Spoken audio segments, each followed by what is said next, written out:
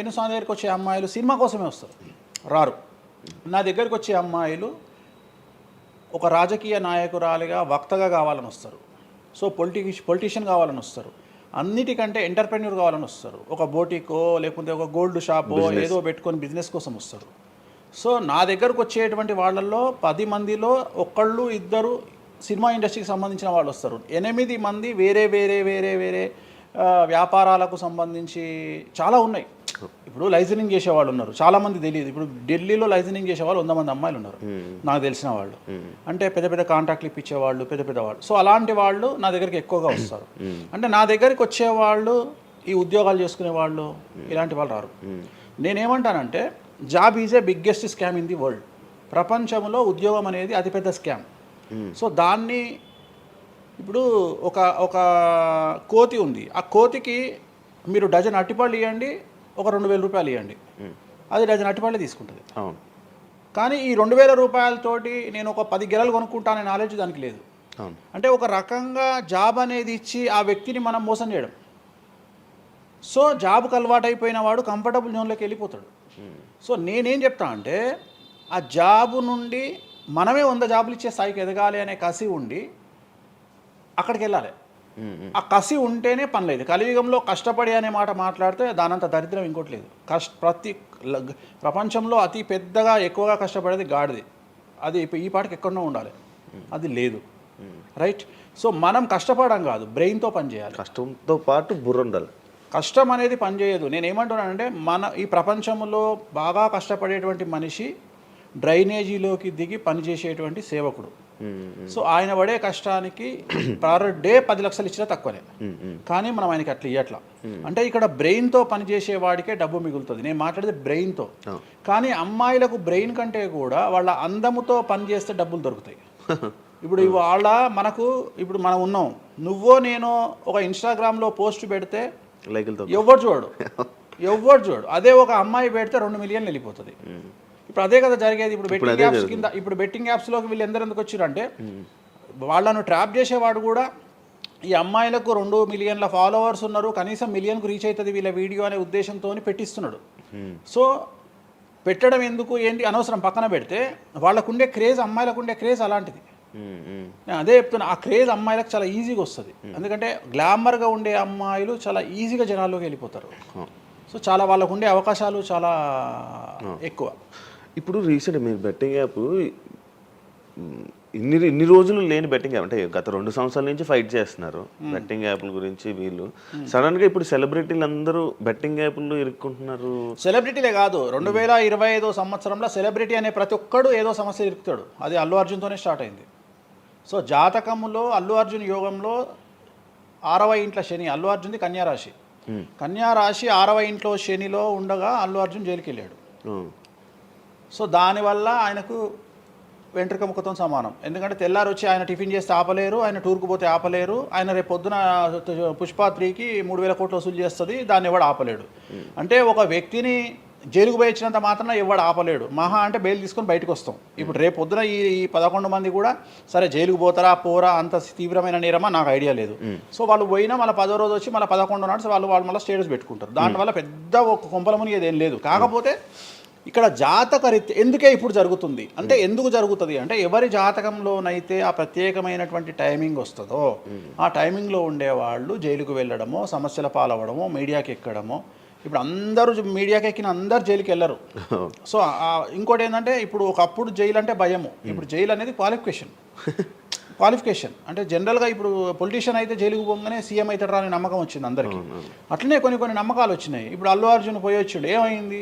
So అదే cinema ఇంకా ఆయన అనుకున్న దానికంటే ఇంకా కొద్దిగా ఎక్కువ డబ్బులు వసూలు చేసింది.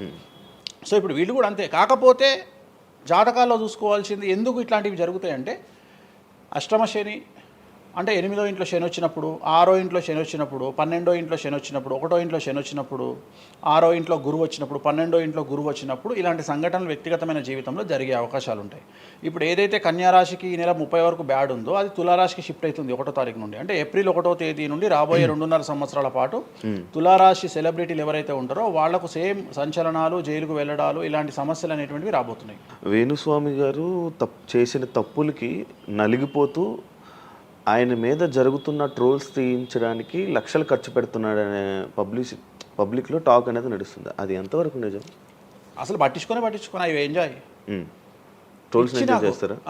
ట్రోల్స్ని ఎంజాయ్ చేస్తాను నేను. ట్రోల్స్ని ఎంజాయ్ చేస్తాను నేను. ఎందుకు అంటే నేను నమ్మేది ఏంటంటే any publicity is good publicity అని నమ్మే వ్యక్తిని నేను. బ్యాడ్ ఆర్ గుడ్ పబ్లిసిటీ నాకు నేను అనే పాయింట్ ఏంటంటే ఒక అంబానీ ఫ్యామిలీ పెళ్లిళ్ళు చేసుకున్నారు, 5,000 కోట్లు ఖర్చు పెట్టి పెళ్లిళ్ళు చేసుకోవడానికి ప్రధానమైన కారణం ఏంది? పబ్లిసిటీ పిచ్చి. వేణుస్వామికి 500 కోట్ల పబ్లిసిటీ ఫ్రీగా వచ్చినప్పుడు ఎందుకు వద్దంటాడు? పిచ్చిన కొడుక వేణుస్వామి అన్న? కాదు కదా. ఒక ప్రైమ్ టైంలో 7 గంటలకు నేను ఒక ఛానల్లో అరగంట షో కొనాలంటే నాకు కనీసం ₹1,00,000 అవుతుంది. నేను పిచ్చిన కొడుకునా? నాకు వచ్చే పబ్లిసిటీ ఎంత ఎక్స్ట్రీమ్ పబ్లిసిటీ వస్తుంది. నేను ఎప్పుడు బాధపడతా? నా లైఫ్ డిస్టర్బ్ అయినప్పుడు బాధపడతా, నా ఫైనాన్షియల్ రూట్ ఆగిపోయినప్పుడు బాధపడతా. ఇప్పుడు నేను 12వ సంవత్సరంలో సినిమా ఇండస్ట్రీకి వచ్చిన. నా కమాండింగే మీడియా, నా కమాండింగే సినిమా ఇండస్ట్రీ, నా కమాండింగే పొలిటికల్, నా commanding all aspects of life. అలాంటి నేను నా జాతకాన్ని అంటే ఏం తెలియకుండానే బ్లైండ్గా వచ్చి మీడియా ముందర మాట్లాడేసి దొబ్బులు తిని వెళ్ళిపోదాం అనుకుంటున్నా? అంటే నాకంటూ కొన్ని క్లారిఫికేషన్స్ ఉంటాయి కదా. ఇప్పుడు ఉదాహరణ, ఇప్పుడు ఒక వ్యక్తి మీద ఒక లీగల్ అలిగేషన్ వచ్చినప్పుడు వాడు యాంటిసిపేటరీ బెయిల్ తీసుకుందామా, లాయర్ను మాట్లాడుకుందామా, ఏం చేద్దాం అని ఆలోచిస్తాడు కదా. అట్లనే మనం అడవిలోకి వెళ్ళేటప్పుడు టైర్ పంక్చర్ అయితే ఏం చేస్తామని ఆలోచించుకుంటాం కదా. అట్లనే ఒక అడవిలో ట్రావెల్ చేసినప్పుడు మనం ఆలోచించుకొని ట్యాంక్ డీజిల్ ఫుల్ చేయించుకుంటాం కదా. సో అట్లా నాకు ఉండవు ఆలోచనలు. నేను ఆలోచించుకోకుండానే ఇలాంటి పనులు చేస్తానా? సో వేణుస్వామిని దెబ్బ కొట్టాలి అన్నా, ఎవరిని దెబ్బ కొట్టాలన్నా ఫైనాన్షియల్గా దెబ్బ కొట్టాలి. బట్ నేను అవకాశం అవతల వాడికి ఇయ్యాను. కారణం ఏంటంటే ఒక ఎలుకలాగానో ఒక పాములాగానో, ఒక ఎలుక కానీ పాము కానీ తన శత్రువుల దాడి నుండి బయటికి రావాలంటే 7 నుండి 8 బొక్కలు చేసుకుంటుంది ఒక హోల్లో. అంటే ఇటు రాడ్ పెడితే ఇటు వెళ్ళిపోతుంది, ఇటు రాడ్ పెడితే ఇటు వెళ్ళిపోతుంది. సో అట్లనే నేను ఒక 4-5 రకాల ఆర్థిక వనరులను ఏర్పాటు చేసుకున్నా. నా మెయిన్ ఇది కాదు. ఇది కాకుండా ఇంకా 4-5 రకాల ఆర్థిక వనరులను ఏర్పాటు చేసుకున్నా. ఈ రోజు దుకాణం బంద్ చేయమంటే ఇదే క్షణంలో దుకాణం బంద్ చేసి కాలు మీద కాలేసుకొని నా పనులు నేను చేసుకుంటాను. సో అంత కంఫర్టబుల్ జోన్లో ఉన్నా నేను. సో నాకు టెన్షన్ లేదు. నాకు అంటే నన్ను ఎవడో ఆపేస్తాడు, నేను ఆగేయాలి ఏం లేదు, హ్యాపీగా వెళ్ళిపోతుంది. సపరేట్ బిజినెస్లు ఉన్నాయి నాకు. 190 వ్యాపకాలు ఉన్నాయి నాకు. నన్ను జ్యోతిష్యం, నేను 4 నెలలు జ్యోతిష్యం చెప్పుకోకపోతే జ్యోతిష్యం మీద సంపాదించేదానికంటే ఇంకో ₹5 ఎక్కువ సంపాదించుకున్నా. ఇప్పుడు మధ్యలో నేను ఒక 4 నెలలు రెస్ట్ తీసుకొని నాకు వేరే వ్యాపకాలు చూసుకుంటే నాకు ఈజీ, ఎందుకంటే నేను కాన్సన్ట్రేషన్ చేయలేకపోతున్నా. సో ఇప్పుడు నాకు దొరికింది మొన్నటి వరకు, నేను ఆ పని చేసుకున్నా. రెండోది ఉగాదికే కదా నేను మాట్లాడేది, తర్వాత ఏం మాట్లాడతా. రెండోది ఏంటంటే కొన్నిసార్లు మనకు కొన్ని విచక్షణ, కొన్ని జ్ఞానాలు కలుగుతాయి, కొన్నిసార్లు కలుగుతాయి. ఇప్పుడు నాకు కూడా అదే జ్ఞానం కలిగింది. ఎందుకు అంటే ఇక్కడ వ్యాక్యూమ్ నేను కవర్ చేసిన, టాలీవుడ్లో తెలుగులో వ్యాక్యూమ్ కవర్ చేసిన, ఇక్కడ ఏం లేదు. సో నేను వ్యాక్యూమ్ ఇంకా క్లియర్ చేసుకోవాలి, ఇంకా పెంచుకోవాలి అంటే బాలీవుడ్కు పోవాలి, కన్నడ పోవాలి, తమిళ్ పోవాలి. సో అటువైపు నేను కాన్సన్ట్రేషన్ చేస్తున్నా ఎక్కువగా. అందుకని నేను ఇక్కడ సెలబ్రిటీల గురించి చెప్పడం ఆపేసిన, తెలుగు సెలబ్రిటీల గురించి చెప్పడం లేదు. ఇప్పుడు మీరు పాన్ ఇండియా ఆస్ట్రాలజీ 100% తప్పేముంది? అదే విన్నాను రీసెంట్గా, US, దుబాయ్ అవన్నీ వెళ్తున్నారంట. అంటే దాని అర్థం క్లయింటేల్ ఉందనే కదా. ఇప్పుడు మన యూరప్ పోయి వచ్చిన సరే, ఒక పెద్ద విషయంలో వెళ్ళేసి వచ్చిన చెప్పుకోవాలని లేదు, చెప్పను. క్లయింటేల్ ఉంది. ఆస్ట్రేలియాకి రెగ్యులర్గా ఎవ్రీ 3 మంత్స్ ఆస్ట్రేలియా పోతా, ఎవ్రీ 3 మంత్స్ లండన్ పోతా నా క్లయింటేల్కు. తప్పేముంది? అంటే ఉన్నట్టే కదా, నేను అనేది ఉన్నట్టే కదా. ఇప్పుడు విచక్షణ కలిగిన వాడు ఆలోచిస్తాడు. అంటే వేణుస్వామి మీద ఎందుకు వస్తున్నాయి రూమర్స్, ఎందుకు వేణుస్వామిని టార్గెట్ చేస్తున్నారు, నాకు అనవసరం. వాళ్లకు అవసరం ఉన్నోడు ఎంక్వైరీ చేసుకొని నా దగ్గరకు వస్తాడు. నేను ఇంకోటి అందరికి ఒకటే చెప్తా, నా పాజిటివ్ వీడియోల కంటే నా నెగిటివ్ వీడియోలే చూడండి. ఫస్ట్ జనాలు నన్ను ఎక్కిన వీడియోలు చూడండి, నన్ను దొబ్బిన వీడియోలు చూడండి, నా గురించి నెగిటివ్గా పెట్టిన వీడియోలు చూడండి. అప్పటికీ మీకు నా మీద నమ్మకం కలిగితేనే నా దగ్గరికి రండి, లేకపోతే రావద్దు. ఫస్ట్ వాటిని ఎంజాయ్ చేయండి, వాటిని ఫుల్ ఎంజాయ్ చేయండి, చేసి నా దగ్గరికి రండి. అట్లాంటి వాళ్ళే నా దగ్గరకు వస్తారు. అవునా? నాకు అదే కావాలి. చెప్పారా? నాకు అదే, నాకు టీవీలో ఇప్పుడు కూడా చెప్తున్నా కదా, వాళ్ళు వచ్చిన వాళ్ళు ఎవరైనా వచ్చిన వాళ్ళు చెప్తారు కదా. ఇప్పుడు ఉదాహరణ ఏమంటారు అంటే, ఇప్పుడు కామాఖ్య ఉంది, కామాఖ్యకి వెళ్తే ఇప్పుడు ఎవరో ఒకళ్ళు పబ్లిసిటీ చేసిరు, కామాఖ్యలో నాన్ వెజ్ ఉండదు, లిక్కర్ ఉండదు అని చెప్పి పబ్లిసిటీ చేసిరు. అవును. చెయ్యంగానే నా కామాఖ్య మెట్లెక్కగానే కనిపించేది నాన్ వెజ్, కామాఖ్య మెట్లెక్కగానే కనిపించేది లిక్కరు, గర్భగుడిలో ప్రదర్శనం చేస్తున్నంతసేపు మనకు కనిపించేది నాన్ వెజ్, లిక్కరు. సో అక్కడికి ఇప్పుడు ఎగ్జాంపుల్ చెప్తా. ఇప్పుడు శివ అనే వ్యక్తి కామాఖ్యకి ఇంతవరకు వెళ్ళలేదు. సో ఇప్పుడు ఏమనుకుంటాడంటే వేణుస్వామి గురించి చెప్పిన ప్రచారాన్ని శివ నమ్ముతాడు. నాకు అదే కావాలి, ఇప్పుడు నమ్మడమే కావాలా. కానీ శివ నెల తర్వాత కామాఖ్యకి వెళ్తాడు. వెళ్ళిన తర్వాత ఎక్కడ చూసినా అడుగున నాన్ వెజ్, లిక్కర్ కనిపిస్తుంది శివకు. శివకు లాస్ట్కు ప్రసాదం కూడా నాన్ వెజ్ ఇస్తారు, ప్రసాదం కూడా లిక్కరే ఇస్తారు. అంటే తాగున ఆయన అని మీ చేతిలో పోస్తారు. అంటే తీర్థంలో లిక్కర్ పోసి మీకు తీర్థం ఇస్తారు, మీరు తీర్థం తాగుతారు, లిక్కర్ పోసిరు. అప్పుడు ఒకసారి మీకు గుర్తొచ్చేది ఎవరు? వేణుస్వామి. ఓహో, వేణుస్వామి చెప్పింది 100కు 100% నిజము. అంటే మనం మూర్ఖులము, ఇన్ని రోజులు నమ్మింది, మనం తప్పు చేసినాం వేణుస్వామి విషయంలో.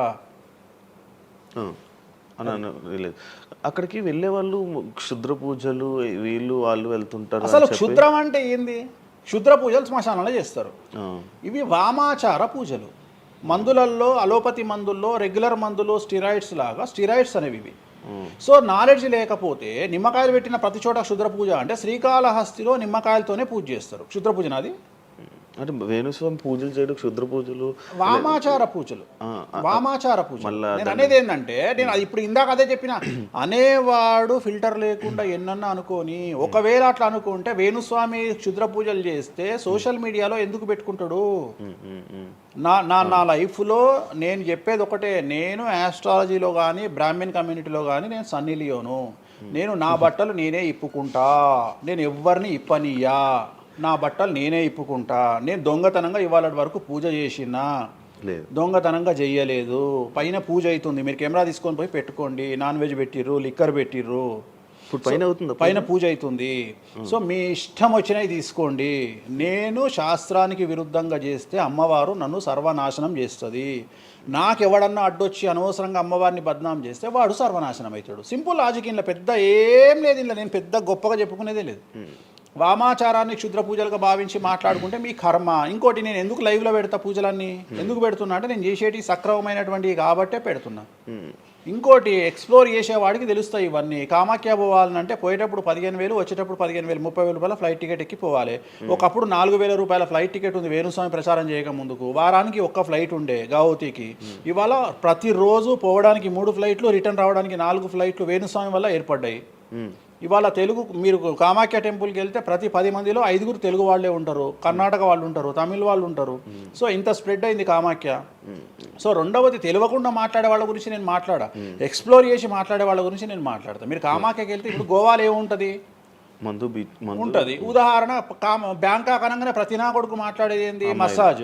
హైదరాబాద్ కంటే గొప్పగా ఉంటుందా బ్యాంకాక్? నాకు తెలియదు. ఇండియా కంటే గొప్పగా ఉంటుందా బ్యాంకాక్?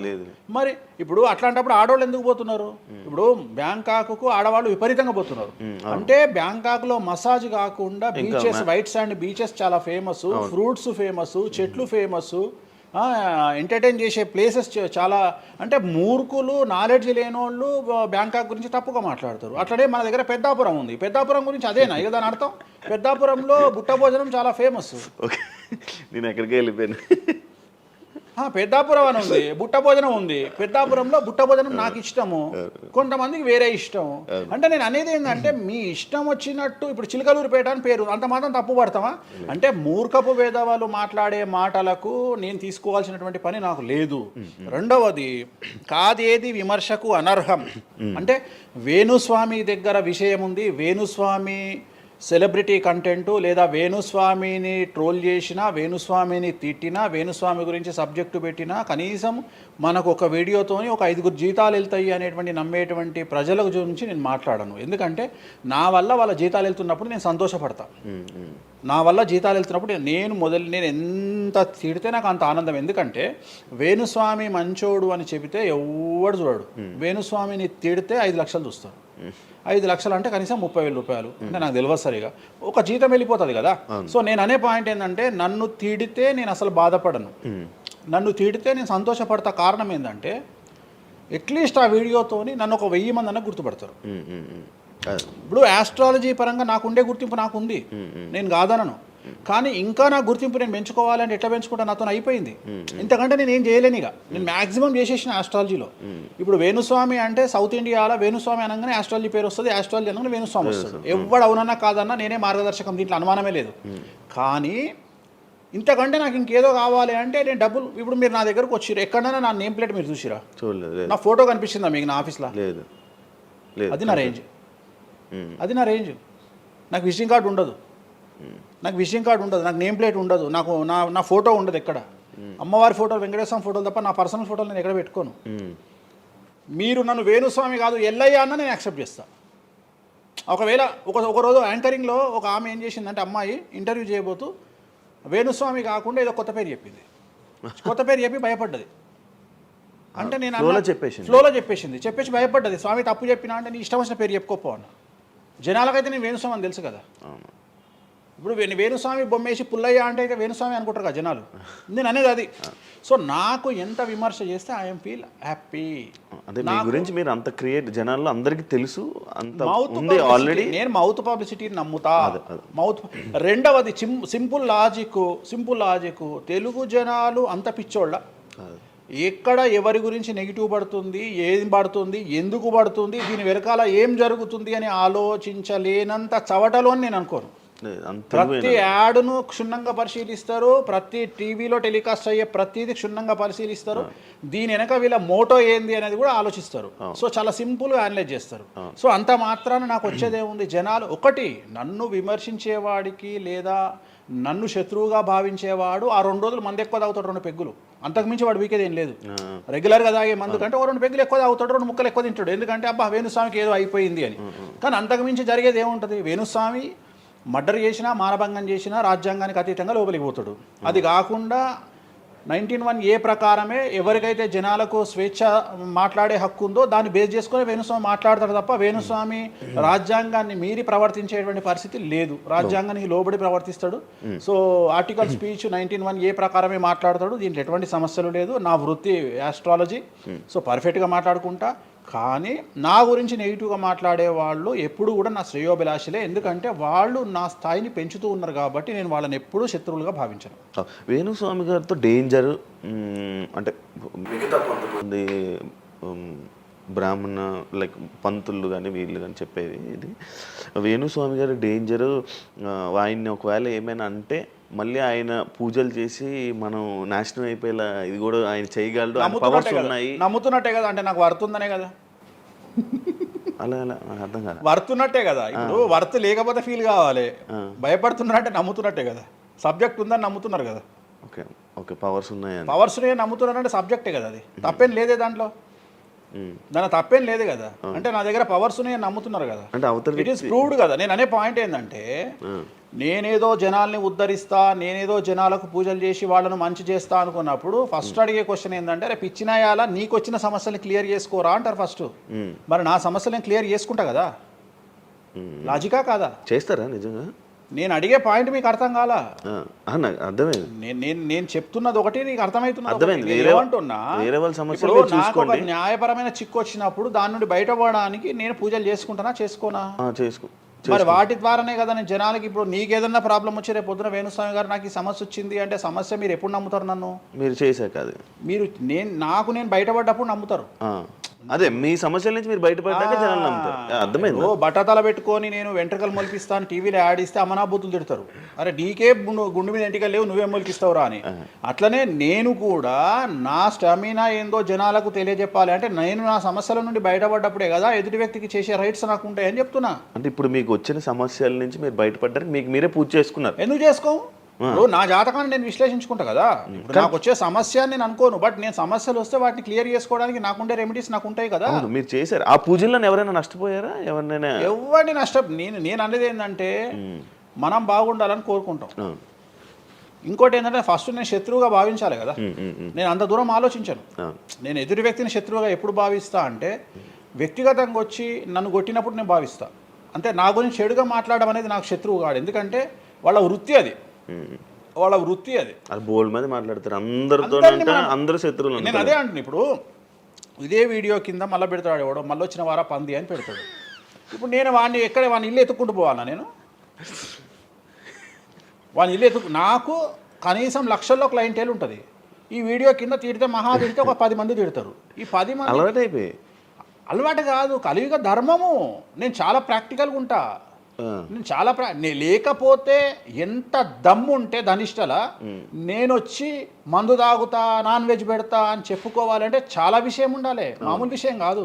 ఈ కమ్యూనిటీలో తట్టుకోవాలి. అందుకనే నేనేమంటున్నా, ఒక బ్రాహ్మడు అనగానే ఇప్పుడు ఉదాహరణ ఒక పెద్ద పూజారు ఉన్నాడు గుడికి, ఆ పెద్ద పూజారిని టార్గెట్ చేయాలంటే ఫస్ట్ టార్గెట్ చేసేది నాన్ వెజ్ తింటాడు, లిక్కర్ ముట్టుకుంటాడు అని చెప్తారు.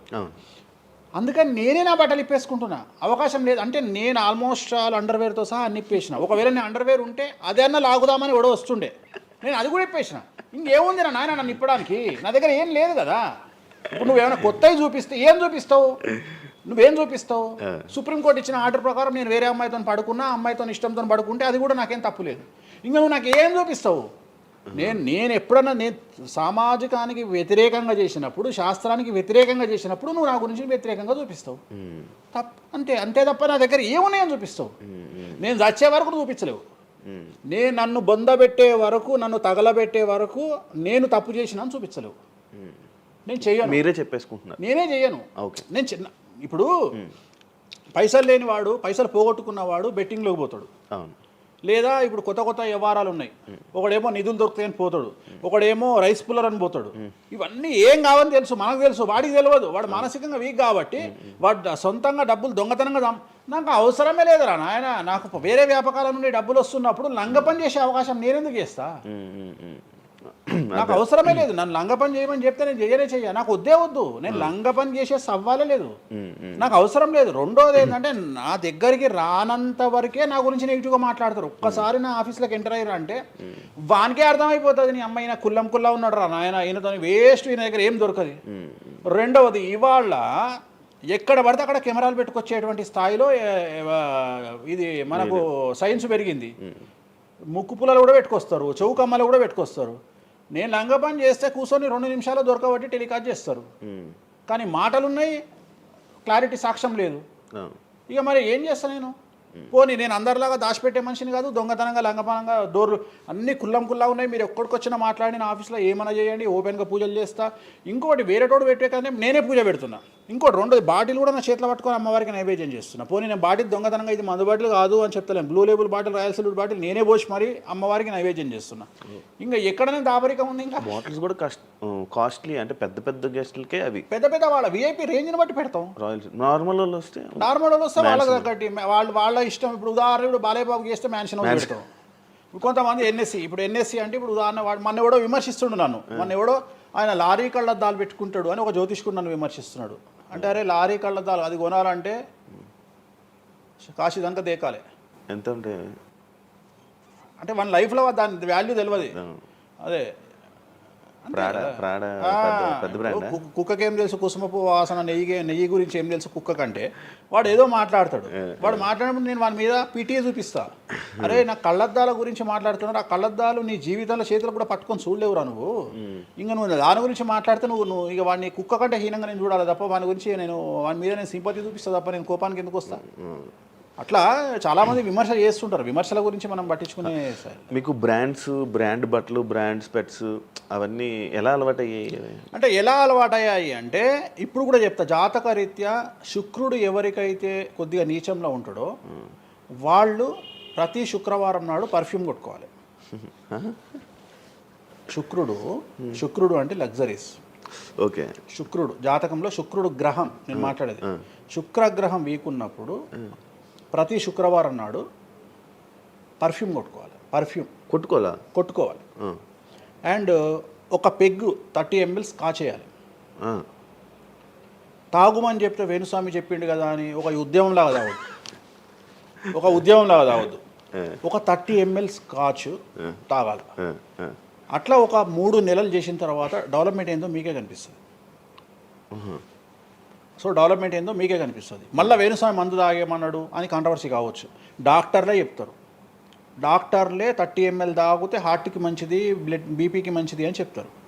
కానీ డాక్టర్ల పేరు అడ్డం పెట్టుకొని కుంభాలు తాగుతారనే భయానికి డాక్టర్లు చెప్పరు, ఆపేశారు. 30 ml అనేది చాలా మంచిది. బట్ నేను రోజు తాగమంటలేను. శుక్రవారం నాడు మాత్రమే. అది కూడా శుక్రుడు నీచంలో ఉంటే, శుక్రుడు 6వ ఇంట్లో, 12వ ఇంట్లో, 8వ ఇంట్లో ఉన్న శుక్రుడి మీద శని దృష్టి ఉన్న జాతకరీత్యా మీరు శుక్రవారం నాడు 30 ml పెగ్గు తాగండి నైటు. అది కూడా ఫ్యామిలీతోని మహమ్మద్ రఫీ పాటలు పెట్టుకొని, ఏఆర్ రెహమాన్ పాటలు పెట్టుకోనో, ఇళయరాజా పాటలు పెట్టుకొని ఆ పెగ్గు తాగి ఆ పాటలు ఎంజాయ్ చేసి పండుకోండి హ్యాపీగా. సో మీ లైఫ్ ఎట్లుంటుందో చూడండి. నేను మాట్లాడేది వ్యాపారమో ఇతర ఉద్యోగం చేసే వాళ్ళ గురించి కాదు. ప్రత్యేకించి ₹100 దగ్గర ₹1,00,000 సంపాదించగలిగి రియల్ ఎస్టేట్ వ్యాపారులు, వ్యాపారస్తులు, పొలిటీషియన్స్, పెద్ద పెద్ద వాళ్ళ గురించి మాట్లాడుతున్నాం. టీచర్లు, అటెండర్ల గురించి నేను మాట్లాడతలేను. టీచర్ ఎంత తాగినా తాగుడు మిగులుతుంది తప్ప పైసలు రావు, ఎందుకంటే ఆయన జీతం అంతే కాబట్టి. సో ఎక్కడైతే పెరగడానికి ఆస్కారం ఉంటుందో వాళ్ళ గురించి మాట్లాడుతున్నాం.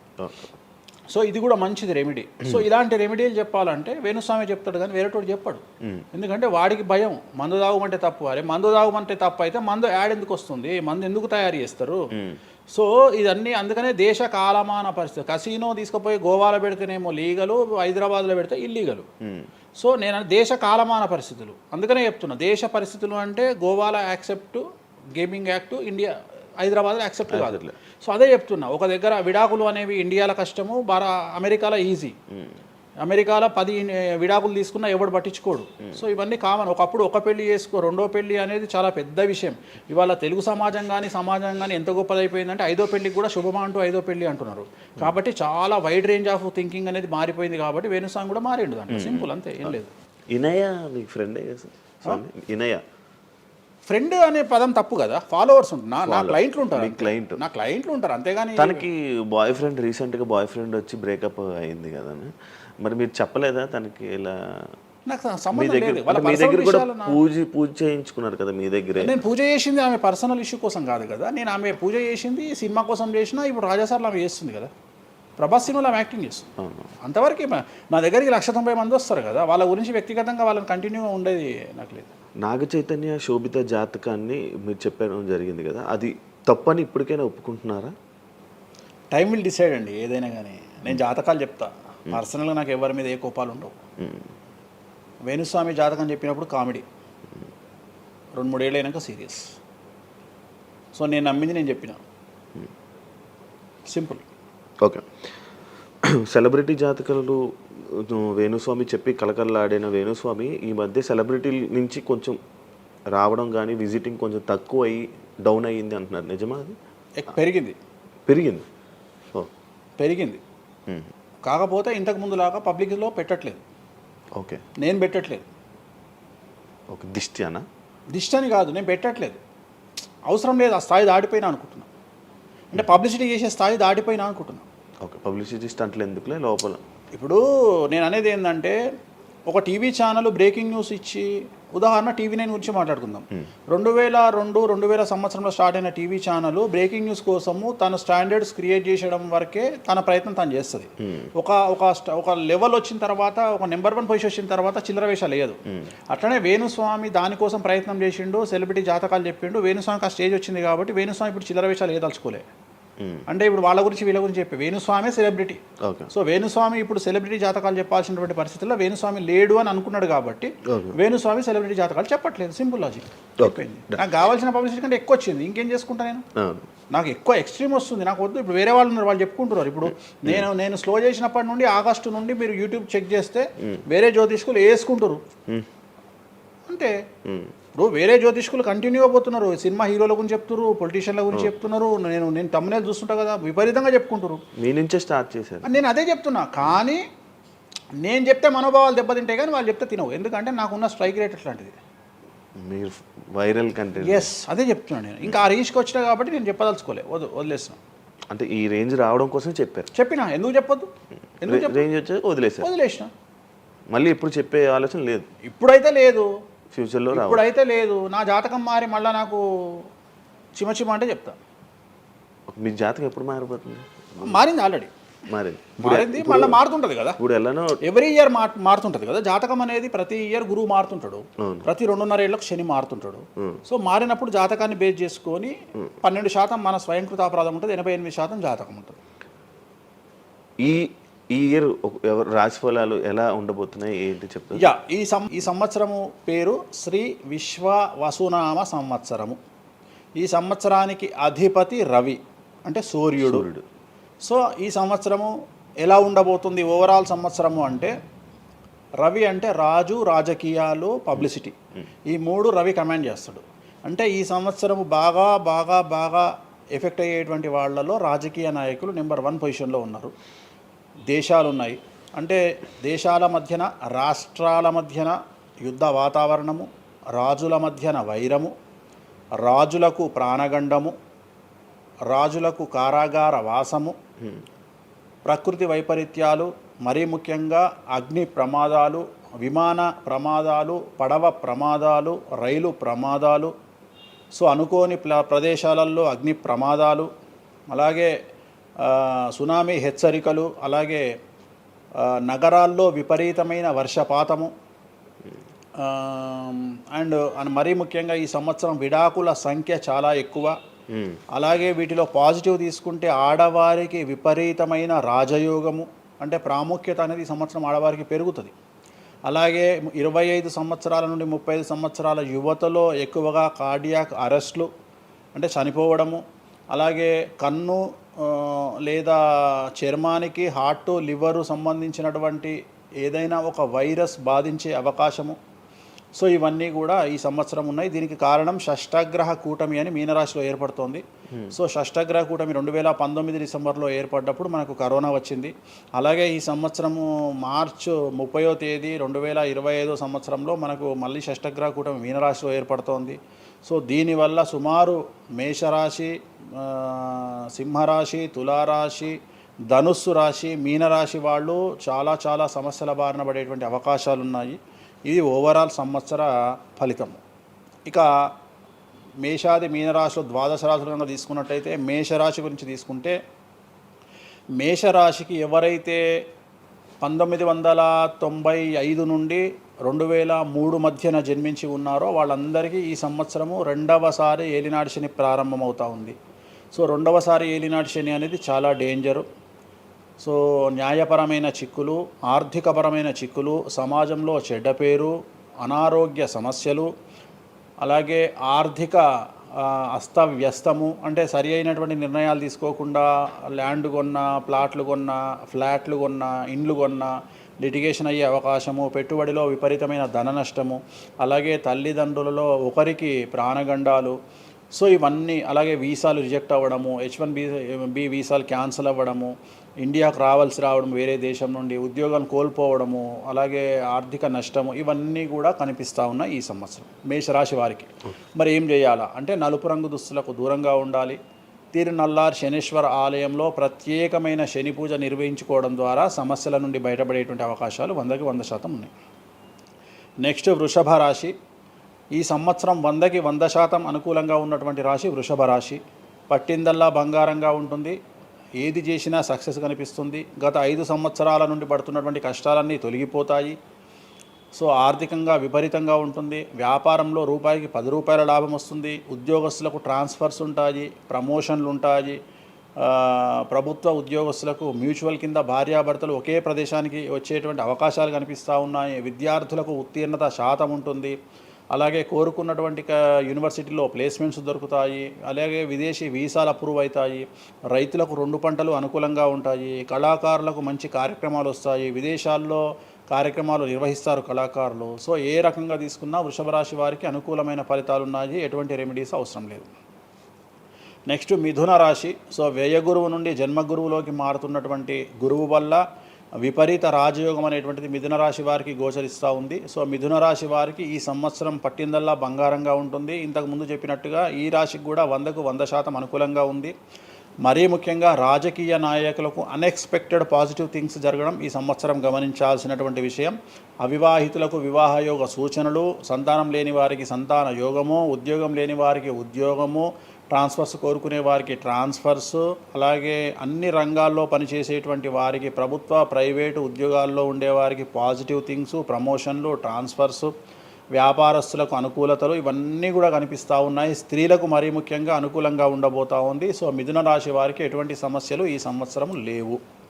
సో నెక్స్ట్ వచ్చే రాశి కర్కాటక రాశి. సో కర్కాటక రాశి వారికి సంబంధించి 100కు 90% అనుకూలమైనటువంటి ఫలితాలు ఉన్నాయి.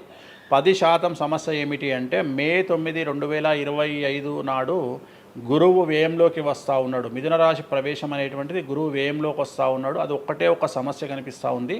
సో 90% చాలా అనుకూలంగా ఉండబోతూ ఉంది. అష్టమ శని వెళ్ళిపోతుంది. 9వ ఇంట్లోకి శని భాగ్యస్థానంలోకి వస్తున్నాడు. సో అనుకూలమైనటువంటి ఫలితాలు ఉన్నప్పటికీ ఎవరైతే కర్కాటక రాశి జాతకులు 60 సంవత్సరాలు దాటి ఉంటారో వాళ్లకు సమస్యలు అనేటువంటివి, ఆరోగ్యపరమైన ఇబ్బందులు అనేటువంటివి కనిపిస్తున్నాయి. అలాగే తొందరపాటు నడక వల్ల అంటే మెట్లు ఎక్కేటప్పుడు దిగేటప్పుడు నీరు ఉన్న దగ్గర నడిచేటప్పుడు జాగ్రత్తలు తీసుకోండి. ఎందుకంటే గురువు వ్యయం వల్ల కింద పడి కాళ్ళు చేతులు విరగొట్టుకునే అవకాశం ఉంది కర్కాటక రాశి వారికి. మరి రెమెడీ ఏమిటి అంటే ప్రతి గురువారం నాడు లెమన్ ఎల్లో షర్ట్ ధరించడం మగవాళ్ళైతే, ఆడవాళ్ళైతే లెమన్ ఎల్లో డ్రెస్సును ధరించడం వల్ల కర్కాటక రాశి వారు సమస్యల నుండి బయటపడతారు. నెక్స్ట్ సింహరాశి. సో సింహరాశి జాతకులకు అష్టమ శని ప్రారంభమవుతూ ఉంది. ఖచ్చితంగా అన్ని రంగాల వారికి, చిత్ర పరిశ్రమ వారికి, టీవీ రంగం వారికి, మీడియా రంగం వారికి, రాజకీయ నాయకులకు, వ్యాపారస్తులకు, అన్ని వర్గాల వారికి సమస్యలు ఉంటాయి. న్యాయ వ్యవస్థ పరంగా న్యాయపరమైన చిక్కులుంటాయి, సంచలనాలు నమోదవుతాయి, మీడియాకి ఎక్కే అవకాశం ఉంది. సమాజంలో చెడ్డ పేరు, తల్లి తండ్రి లేదా భార్య భర్త తరపున ఎవరికైనా ఒకళ్లకు ఆరోగ్యపరమైన ఇబ్బందులు ఏర్పడే అవకాశం ఉంది. కాబట్టి ఖచ్చితంగా ధన నష్టం ఏర్పడుతుంది, అప్పులు చేయాల్సినటువంటి పరిస్థితి గోచరిస్తూ ఉంది సింహరాశి వారికి. మరి రెమెడీ ఏమిటి అంటే తిరునల్లార్ శనీశ్వర ఆలయంలో ప్రత్యేకమైన శని పూజ నిర్వహించుకోవడం ద్వారా సమస్యల నుండి బయటపడేటువంటి అవకాశాలు కనిపిస్తూ ఉన్నాయి. సో నెక్స్ట్ వచ్చిన రాశి కన్యారాశి. సో కన్యారాశి వారికి 6వ ఇంట్లో నుండి శని వెళ్ళిపోతూ ఉన్నాడు. ప్రజెంట్ శని 7వ స్థానంలోకి వస్తూ ఉన్నాడు.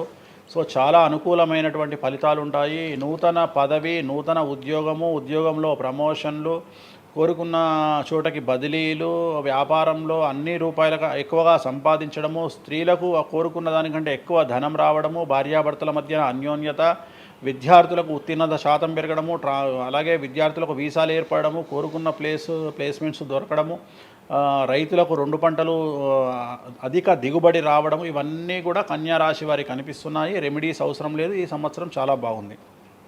నెక్స్ట్ తులారాశి. సో ఈ అన్ని రాశుల్లోకి అతి డేంజర్ రాశి, సమస్యల బారిన పడే రాశి తులారాశి. ఎందుకంటే షష్టగ్రహ కూటమి ఎఫెక్టు 6వ ఇంట్లో, 6వ స్థానములో శని 6వ ఇంట్లో. సో తులారాశి అనేది అతి పెద్ద సమస్యను ఎదుర్కోబోతూ ఉంది. తులారాశి వారికి ఆర్థికంగా విపరీతమైనటువంటి రాబడి ఈ సంవత్సరం ఉంటుంది. డబ్బు మినహా అన్ని రకాలుగా మీకు సమస్యలు ఉంటాయి. డబ్బు కోరుకున్న దానికంటే ఎక్కువగా వస్తుంది, కానీ న్యాయపరంగా, ఆర్థికపరంగా, సామాజికంగా తప్పుడు నిర్ణయాలు లేదా తప్పుడు సమస్యలు లేదా సమాజంలో చెడ్డ పేరు, సమాజంలో సంఘంలో చెడ్డ పేరు, ఆరోగ్యపరమైన ఇబ్బందులు, న్యాయపరమైన చిక్కులు. సో తులారాశి వారికి ఏ విధంగా తీసుకున్నా ఒక్క డబ్బు మినహా మిగతా అన్ని సమస్యలే. డబ్బు రాబడి మాత్రమే గొప్పగా కనిపిస్తూ ఉంది, అన్ని సమస్యలే కనిపిస్తూ ఉన్నాయి. తిరునల్లార్ శనీశ్వర ఆలయంలో ప్రత్యేకమైన శని పూజ నిర్వహించుకోవడం ద్వారా సమస్యల నుండి బయటపడతారు. సో నెక్స్ట్ వృశ్చిక రాశి. సో వృశ్చిక రాశి వారికి అర్ధాష్టమ శని వెళ్ళిపోతూ ఉంది. సో చాలా అనుకూలంగా ఉంటుంది.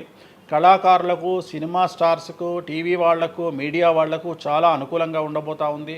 రాజకీయ నాయకులకు విశేషించి యోగకాలంగా భావించాల్సి ఉంటుంది. విద్యార్థులకు ఉత్తీర్ణత శాతం పెరుగుతుంది, వీసాలు దొరుకుతాయి, అలాగే విదేశాలకు వెళ్ళే వారికి ఉద్యోగాలు దొరుకుతాయి, అలాగే ఉత్తీర్ణత శాతం పెరుగుతుంది, ప్రేమ వ్యవహారాలు ఫలిస్తాయి, భార్యాభర్తల మధ్యన అన్యోన్యత ఉంటుంది, అవివాహితులకు వివాహ యోగ సూచనలు ఉంటాయి, అలాగే సంతానం లేని వారికి సంతానం ఉంటుంది. సో వృశ్చిక రాశి వారికి అన్ని రంగాల, అన్ని వర్గాల వారికి పూర్తి అనుకూలతలు ఉంటాయి. రెమెడీస్ ఏమీ లేవు, నెగిటివ్స్ ఏమీ లేవు. సో నెక్స్ట్ ధనుస్సు రాశి. ధనుస్సు రాశి వారికి ఈ నెల మార్చి 30 ఉగాది నుండి అర్ధాష్టమ శని ప్రారంభమవుతూ ఉంది. సో కొన్ని సమస్యలు, ఆర్థికపరమైన ఇబ్బందులు ఉంటాయి. పెట్టుబడుల విషయంలో జాగ్రత్తగా ఉండండి. మరీ ముఖ్యంగా తల్లికి సంబంధించిన ఆరోగ్యం మిమ్మల్ని కలవరపెట్టవచ్చు. సో తల్లిగారి ఆరోగ్యం పట్ల జాగ్రత్తలు తీసుకోండి. అలాగే పెట్టుబడుల విషయంలో జాగ్రత్తలు తీసుకోండి. సమాజంలో చెడ్డ పేరు వచ్చే అవకాశం ఉంది కాబట్టి జాగ్రత్తగా ఉండండి. సో ధనుస్సు రాశి వారు తిరునల్లార్ శనీశ్వర ఆలయంలో ప్రత్యేకమైన శని పూజ నిర్వహించడం ద్వారా సమస్యల నుండి బయటపడతారు. సో నెక్స్ట్ మకర రాశి. గత 10 సంవత్సరాల నుండి మకర రాశి వారు పడుతున్నటువంటి బాధలన్నీ తొలగిపోతాయి. 7.5 సంవత్సరాల ఏలినాటి శని వెళ్ళిపోతూ ఉంది.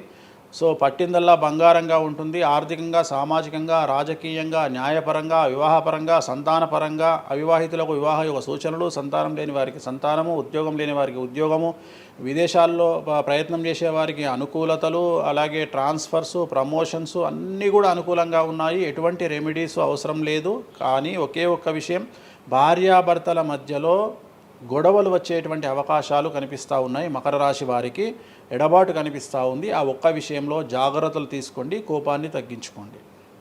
సో నెక్స్ట్ కుంభరాశి.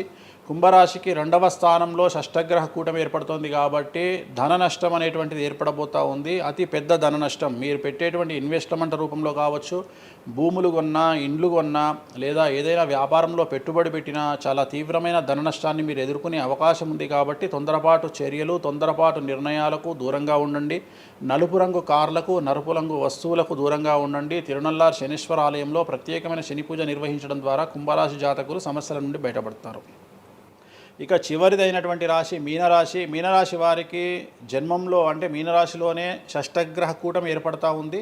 సో చాలా సంచలనాలు ఉంటాయి. నెగిటివ్సే కనిపిస్తూ ఉన్నాయి, పాజిటివ్స్ ఒక్కటి కూడా కనిపించడం లేదు. ఆర్థికంగా, న్యాయపరంగా, సామాజికంగా, ఆరోగ్యపరంగా, కుటుంబపరంగా అన్ని రకాల ఇబ్బందులు ఎదుర్కొంటారు. సంచలనాలు ఫేస్ చేయాల్సి వస్తుంది. కుటుంబంలో ఆరోగ్యపరమైన ఇబ్బందులు ఉంటాయి, ఆర్థికపరమైన నష్టాలు ఉంటాయి, భార్యాభర్తల మధ్యన గొడవలు ఉంటాయి, ఎడబాటుకు దారితీసే అవకాశం ఉంది. తల్లిదండ్రుల్లో వారికి ప్రాణగండం కనిపిస్తూ ఉంది. సో చాలా సమస్యలు మీనరాశి వారు ఫేస్ చేసే అవకాశం ఉంది.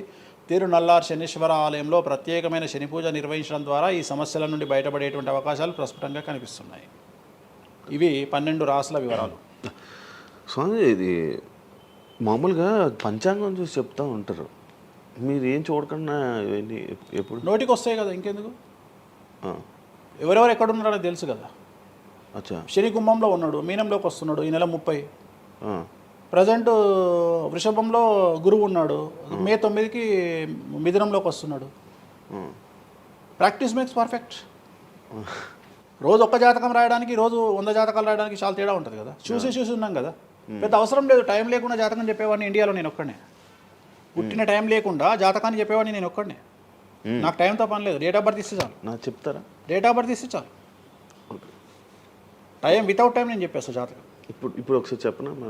నాది ఇప్పుడు చెప్పనా? ప్రాక్టికల్గా ఎందుకు అన్ని సంచలనాలు చెప్తా కదా నేను, మళ్ళీ కెమెరా రికార్డ్ అయ్యి. ఓకే, వద్దులే. నాకు నార్మల్ చెప్పేది అలవాటు లేదు కదా. నా దగ్గరికి రావాలంటే ప్రిపేర్ అయ్యి రావాలి. అంటే నేను సొల్లుపురా అని చెప్పా, 40 ఏళ్ళకి ఇల్లు కొంటావు, 50 ఏళ్ళకి నరుకుతావు, కొరుకుతావు, ఇవి కాదు. వచ్చే 6 నెలలు జైలుకు పోతావు. నీకు విషయం ఎవరిదైనా. సో ఈ టైంలో డివోర్స్ అవుతుంది, ఈ టైంలో యాక్సిడెంట్ అవుతుంది. అంటే చెడును తెలుసుకోవడం వల్ల చెడు నుండి బయటపడడం ముఖ్యంగా. నేను చెప్పినా చెప్పకుండా నువ్వు కారు కొంటావు. నువ్వు కారు కొనడం అనేది it is very normal, right? నువ్వు ఇల్లు కొనడం అనేది నార్మల్. నా దృష్టిలో చెడు చెప్పడం వల్ల చెడు నుండి తప్పించుకోగలిగితే చాలు అనేది. నీ మనిషిని ఎవడు ఆపలేడు, చెడు నాపొచ్చు. ఇప్పుడు నువ్వు బెంజ్ కారు కొనుక్కుంటా అంటే, నువ్వు ఒక BMW కొనుక్కుంటా అంటే నేను ఆపను. కానీ BMW 140 పోతే ఆపుతా. నేనేమంటా, భగవంతుడు నీకు BMW ఇచ్చింది భగవంతుడు, కానీ 180లో పోయే కక్కుర్తి నీకుంటే నేనెవడు కాపాడలేడు. హైదరాబాద్ రోడ్లకు 120 లాస్ట్, 140 పైన బండి షేక్ అవుతుంది ఈ రోడ్లకు. సో 120 కంటే ఎక్కువ పోకు అని చెప్తా. కానీ దేవుడిని అయితే నీకు BMW ఇవ్వద్దు అని నేను చెప్పలేను కదా. సో నీకు BMW దేవుడు ఇస్తాడు. సో నువ్వు స్వయంకృత అపరాధం చేసుకోకుండా కాపాడాల్సిన బాధ్యత నాది. బాబు ఫ్యాటీ లివర్ ఉంది, మందు దాకు. బాబు లంగ్స్ దొబ్బినాయి, సిగరెట్లు ఆపేసాయి. బాబు ఇగో పనికి మాలిన కసినోనో పేకాటనో ఆడకు, ఉన్న ఆస్తంతా సర్వనాశనం అయిపోతుంది. సో ఇవి చెప్పడం నా ధర్మం. అంతేగాని నువ్వు కారు కొంటావు, నువ్వు తోపు అవుతావు, తురుము అవుతావు, నువ్వు ఎట్లాగైతావు? ఈ లివర్ మీరు ఎలా చెప్తారు లివర్ పోయింది ఇవన్నీ? జాతకంలో రవి నీచంలో ఉంటే లివర్ పోతుంది, శని రవి కలిసి ఉంటే లివర్ పోతుంది, లివర్ క్యాన్సర్ వల్ల చనిపోతారు. శుక్రుడు రాహు కలిసి ఉంటే ప్రోస్టేట్ క్యాన్సర్ వల్ల చనిపోతారు. చంద్రుడు నీచంలో ఉంటే ఆడవాళ్ళకు బ్రెస్ట్ క్యాన్సర్ వస్తుంది. డాక్టర్లు చెప్తారు కదా. మెడికల్ ఆస్ట్రాలజీ 100 మంది నాకు హైదరాబాద్లో ఫేమస్ డాక్టర్లు అందరూ నా క్లయింట్లు, నా ఫ్రెండ్స్. జ్యుడిషియరీ మీద నాకు అవగాహన ఉంది. శుక్రుడు రాహు కలిసి ఉంటే జైలుకు పోతావు. వాళ్ళు ఏం పోతే మీరు చెప్తుంటారా డాక్టర్లు? డాక్టర్లు నువ్వు డాక్టరు, నువ్వు నాకు ఏం అడుగుతావు అంటే, నీ క్లయింట్ డేట్ ఆఫ్ బర్త్ నాకు ఇచ్చి నువ్వు నన్ను అడుగుతావు ఈయనకి ఏ క్యాన్సర్ వచ్చే అవకాశం ఉంది అంటే, నేను ఒక 3 ఆప్షన్లు చెప్తా. 3 ఆప్షన్లు చెప్పినాక నీ క్లారిటీ వస్తుంది. నేను చెప్తా ఈయనకు ప్రోస్టేట్ క్యాన్సర్ వస్తుంది అని చెప్తా. ఎస్, ప్రోస్టేట్ క్యాన్సరే స్టేజ్ 2లో ఉన్నాడు అని చెప్తావు.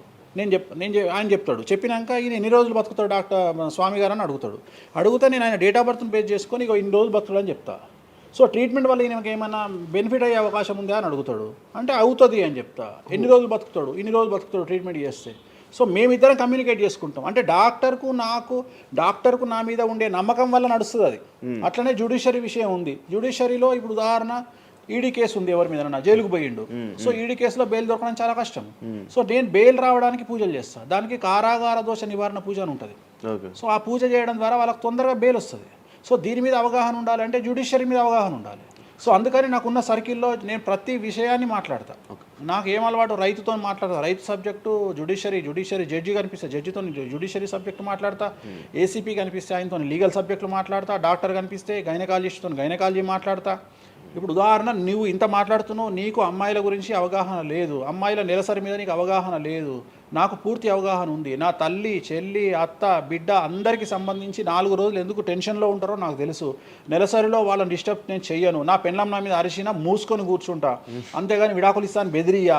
అట్లనే డ్యాన్స్ చేసే అమ్మాయికి ఎన్ని కష్టాలు ఉంటాయి. ఒక హీరోయిన్ గురించి చాలా మాట్లాడుకుంటాం. డేట్లో ఉండే హీరోయిన్ డ్యాన్స్ చేయాలంటే ఎంత కష్టం, తనకు కంఫర్టబుల్ జోన్లో ఉండదు ఫిజికల్గా. సో అట్లాంటి అమ్మాయిల గురించి, వాళ్ళ కష్టాల గురించి నాకు తెలుసు. అలాగే పీసీఓడి, పీసీఓఎస్ అంటే ఏందో నాకు తెలుసు. సో హార్మోన్ ఇన్బ్యాలెన్స్ ఎందుకు వస్తుందో నాకు తెలుసు. వాళ్ళకు గడ్డాలు, మీసాలు ఎందుకు వస్తాయో నాకు తెలుసు. వాళ్ళకు థైరాయిడ్ ప్రాబ్లమ్స్ ఎందుకు వస్తాయో నాకు తెలుసు. ఏ జాతకంలో ఏ గ్రహం ఎక్కడ ఉంటే ఎలా ఉంటుందో నాకు తెలుసు. అల్లు అర్జున్ లాంటి తోపు తురుము జైలుకి ఎందుకు పోయిండో నాకు తెలుసు. రేవంత్ రెడ్డి సీఎం ఎందుకు అయ్యిండో నాకు తెలుసు. రైట్,